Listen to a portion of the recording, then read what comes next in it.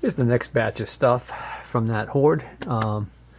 And one of the unfortunate things about this gentleman's items was that he didn't have any cases or boxes or anything like that for a lot of his stuff. Now, some of the stuff like that, planer gauge that we just looked at, the high probability there is that that actually was ordered without the case. So that's no big deal. But it probably still would have come in one of these, nice red Starrett boxes that you see all the time like this. So this is one of the boxes I was able to find.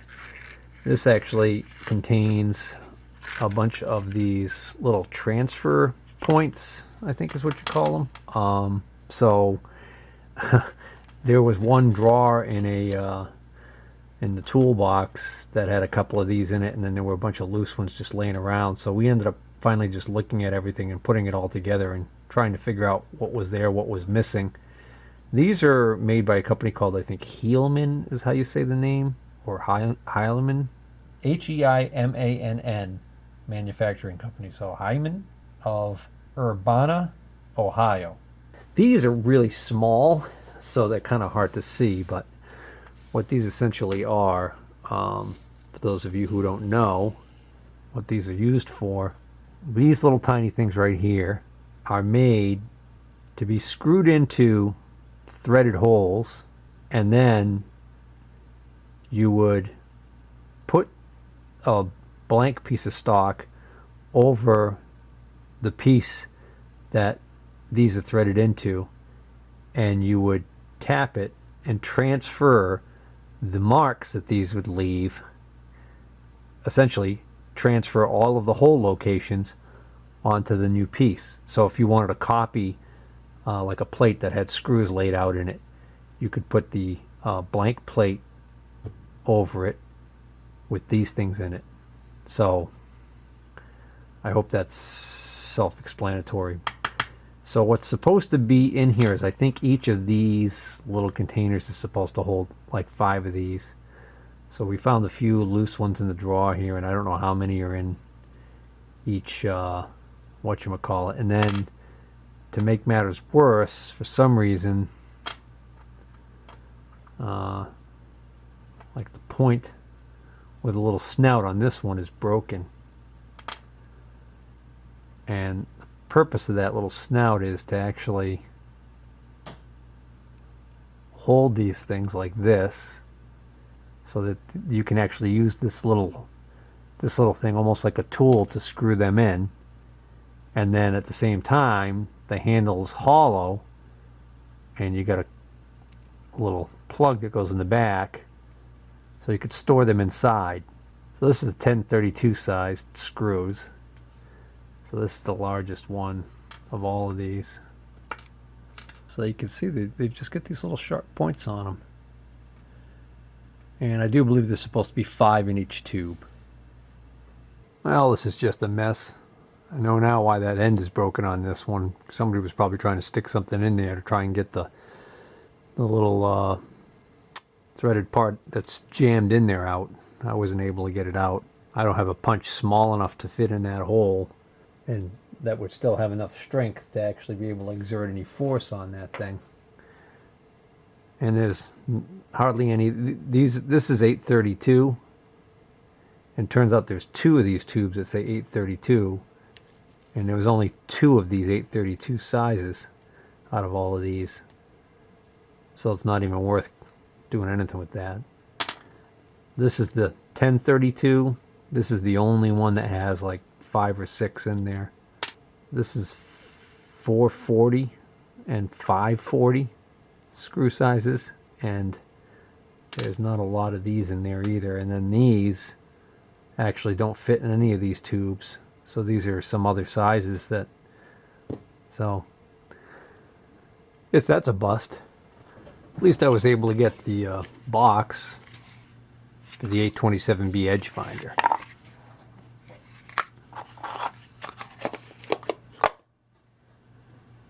And in the vein of speaking of, too bad that there are no cases for them, This is a Mitutoyo 1 to 2 inch 10 thousandths micrometer. This is one of these multi-anvil micrometers.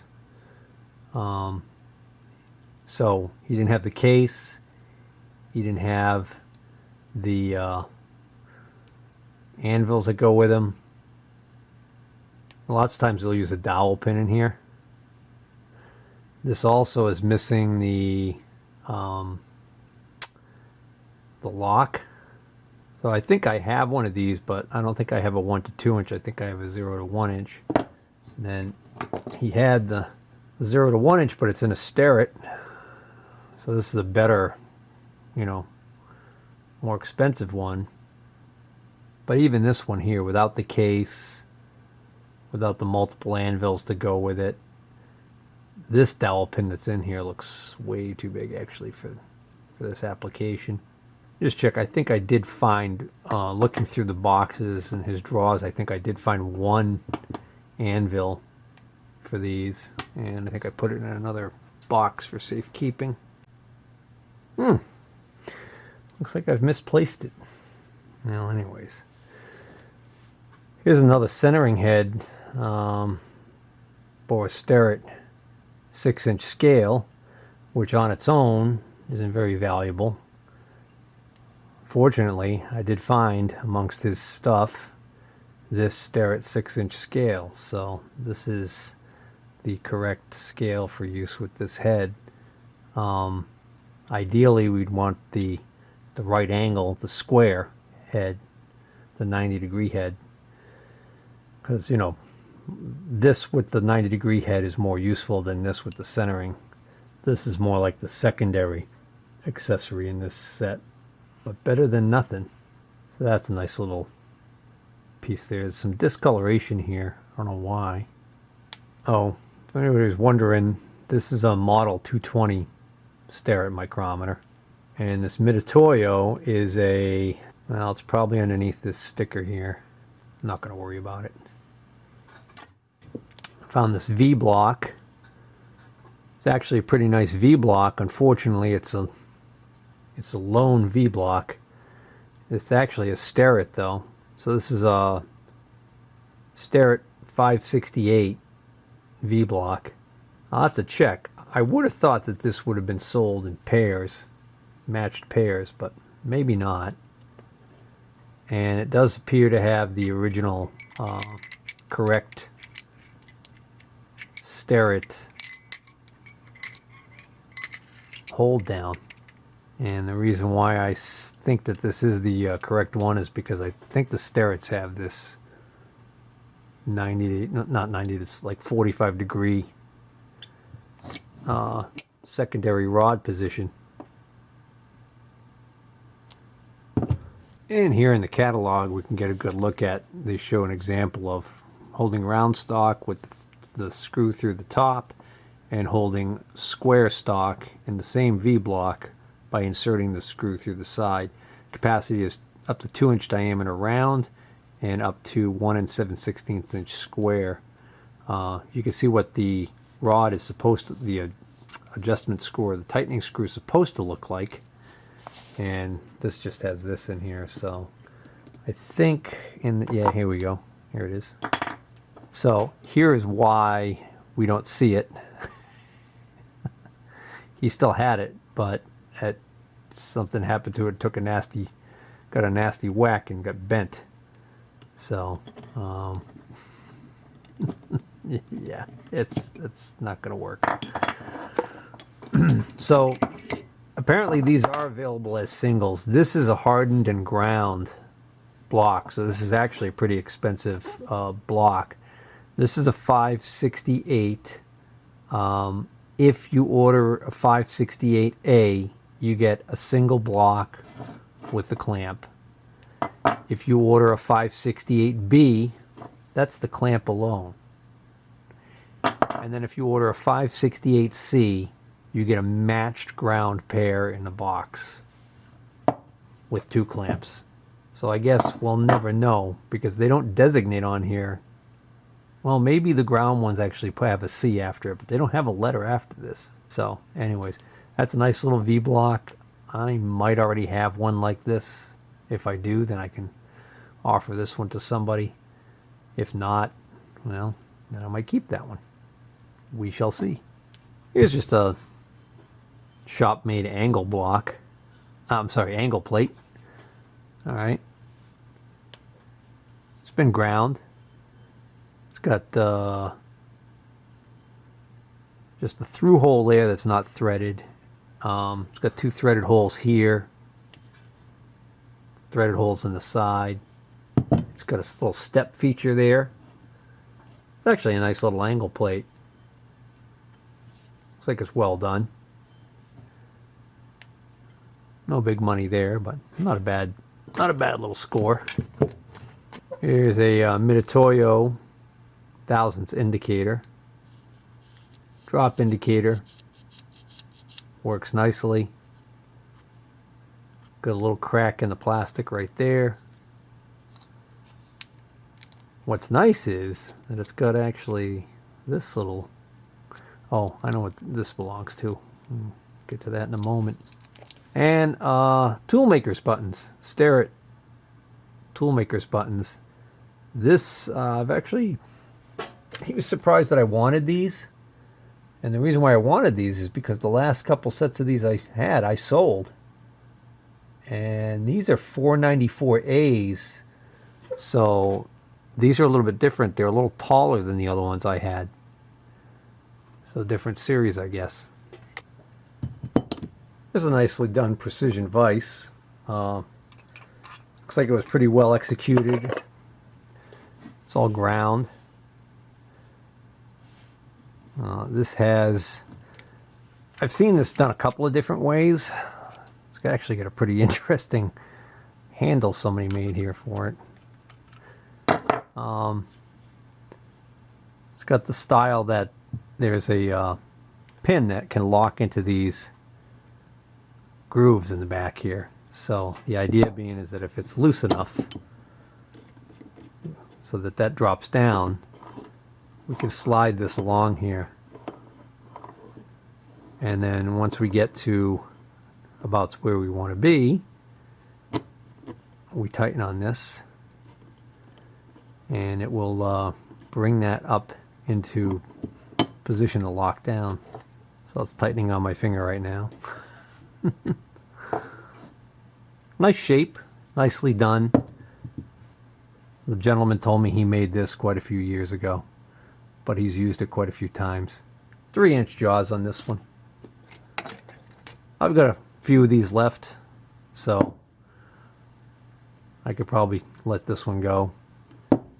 You know, the ones that are brand name are quite pricey. If you have access to a surface grinder, this is a really good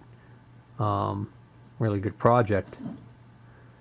I think it's something a lot of guys made when they were back in their Voc-Tech high school days. The magnetic Starrett 657 base. I've had a few of these go through my hands. Even though it's a Starrett, I actually don't tend to hold on to these. They're a little pricey, so I tend to resale them because I have my big Noga, and I have some other ones that I've been playing around with that are kind of interesting. Some larger Starretts, some larger Brown and Sharps and stuff. So the 657s I've been letting go. So I actually thought, I don't know why, but I thought that this was a clamping nut from this stand. But now that I see the stand, I realize, no, this is from a different stand that I didn't see. Because everything on here is natural finish, well, for the most part. Thread file. I've actually never had one. New thread. I'm going to keep that for myself. I always joke whenever I end up buying another surface gauge, because I always say, oh, I need another surface gauge like I need another hole in the head. But look at this cute little sucker right here. A little itty bitty one. And not only is it a interesting one because of the size, it's a genuine Starrett. It's a Starrett number 56. and it's in excellent shape. I love this finish they did on the earlier Starretts. It's almost like they hit it with acid while it was hot or something to get this really interesting mottled, almost like a bluing finish to it. It's beyond description. I really don't know how else to say it. I hope that's coming through on the video, but it's a pretty little surface gauge, and I'm going to go out on a limb without even looking it up and say I bet you it's actually pretty pricey. I hope so.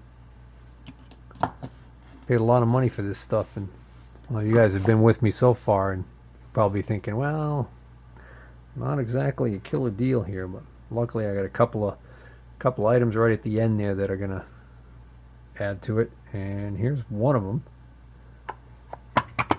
All right, I saw the case, so oh yeah, seen 100 of those.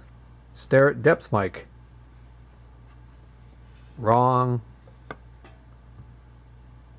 Starrett Precision Square in a wood case like this.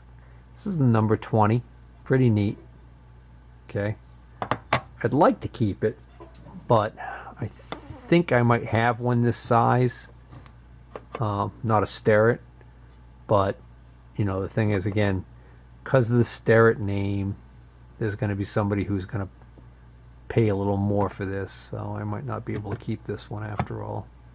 I mean, I can keep whatever I want. It's just a matter of do I mind having more money sitting in the box instead of in my pocket.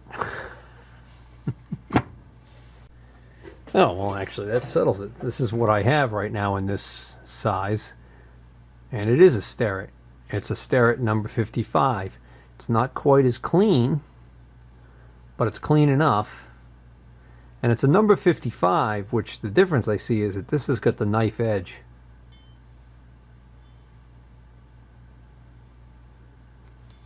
So, but I'm pretty sure it's the same size as this one. I mean, how's that for practically identical, the handles? Matter of fact, look at that, that fits right in that case. I like the box. I'm gonna sell this number 20, and I'm gonna keep my 55 in the box. What a skunk, huh? I changed my mind again. I just went back to put this back in the drawer, and I realized I've got a number 20 next size down. So I think what I'm going to do is I'm going to keep this number 20 because it matches this one. So I'll sell my number 55, and since I don't have a box for my smaller number 20, I'm just going to keep these loose like that. So that's how I had them in the drawer anyways, and I'll sell my number 55 in the box. There. Yeah, I'm not a skunk after all. And that brings us to our last three items. So this is a what was at one point a pretty nice interrapid half thousandths indicator, 0.0005. And what has happened to it is it's been damaged in some way. The contact point here is all screwed up, and if you move it, gravity just lets that needle fall all around. So this is one sick indicator, and what I ended up giving for this was like I think we valued this at around $5. I think at one point he said he would just include it with everything else I was buying, but then somehow I guess he theorized it was still worth about $5. The other weird thing here that I don't get is look at this top piece here. Chewed up that is. What the hell? That almost looks like it was torn out. I wonder if this was in the indicator stand and it hits something that was spinning, like somebody turned the machine on and the spindle or something hit this thing and ripped it right out. But it is an Interrapid, so as horrible as this might look, it might still be worth sending out. On the other hand, in here is a Mitutoyo, which works perfectly. It's also a 0.5 indicator, and what's nice about this one is it's a vertical, so it makes it a little bit unusual. So this is a model 513-252. I think I had one of these before. The point's sticking a little bit. Pivot point's probably sticking in there.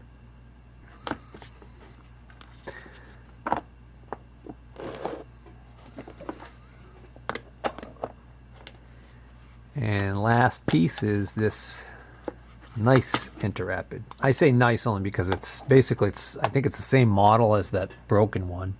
Yeah, 312B-1. It's the same model, same resolution, but this one works perfectly.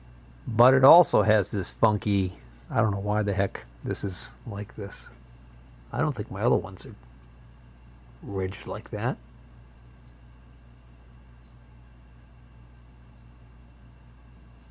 See, this one's returning to the 0 point every time. Well, if I had it on 0.